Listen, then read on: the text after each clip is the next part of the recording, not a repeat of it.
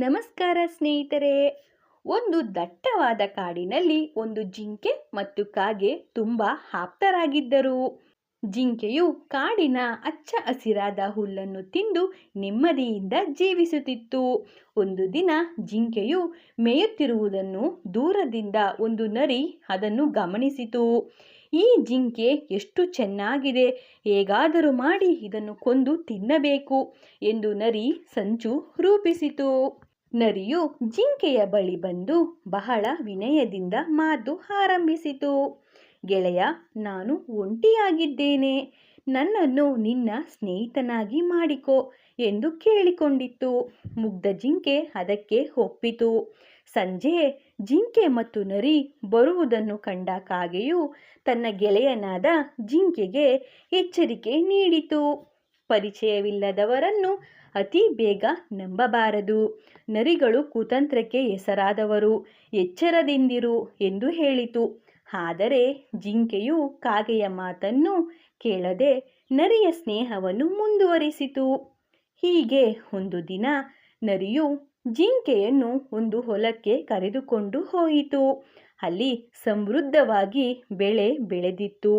ಜಿಂಕೆಯು ಪ್ರತಿದಿನ ಅಲ್ಲಿಗೆ ಹೋಗಿ ಹುಲ್ಲನ್ನು ಮೇಯಲು ಆರಂಭಿಸಿತು.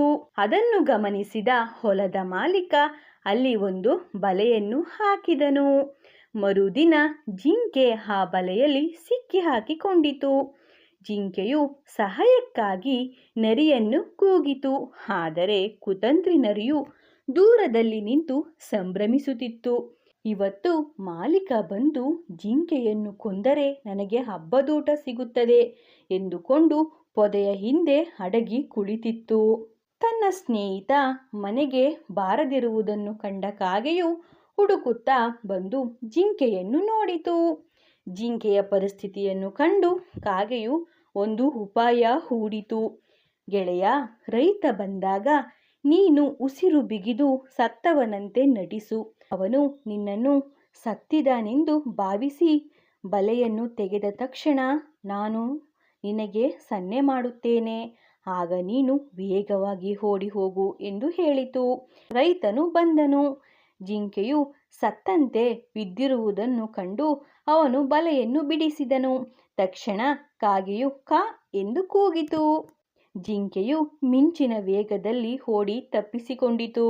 ಜಿಂಕೆ ಓಡಿ ಹೋಗುತ್ತಿರುವುದನ್ನು ಕಂಡು ಕೋಪಗೊಂಡ ರೈತ ತನ್ನಲ್ಲಿದ್ದ ದೊಣ್ಣೆಯನ್ನು ಜಿಂಕೆಯ ಮೇಲೆ ಎಸೆದನು. ಆದರೆ ಜಿಂಕೆ ತಪ್ಪಿಸಿಕೊಂಡಿದ್ದರಿಂದ ಆ ದೊಣ್ಣೆಯು ಪೊದೆಯ ಹಿಂದೆ ಅಡಗಿದ್ದ ನರಿಗೆ ಜೋರಾಗಿ ಬಿದ್ದಿತು. ನರಿಯು ಅಲ್ಲಿಯೇ ಪ್ರಾಣ ಬಿಟ್ಟಿತು. ಪರಿಚಯವಿಲ್ಲದವರನ್ನು ನಾವು ಅತಿಯಾಗಿ ನಂಬಬಾರದು. ಕಷ್ಟದ ಸಮಯದಲ್ಲಿ ನೆರವಾಗುವವನೇ ನಿಜವಾದ ಸ್ನೇಹಿತ. ಈ ಒಂದು ಪುಟ್ಟ ಕಥೆಯು ನಿಮಗೆ ಇಷ್ಟವಾಗಿದ್ದರೆ ಲೈಕ್ ಮಾಡಿ ಹಾಗೂ ನಮ್ಮ ಚಾನಲನ್ನು ಸಬ್ಸ್ಕ್ರೈಬ್ ಮಾಡಿ. ಧನ್ಯವಾದಗಳು.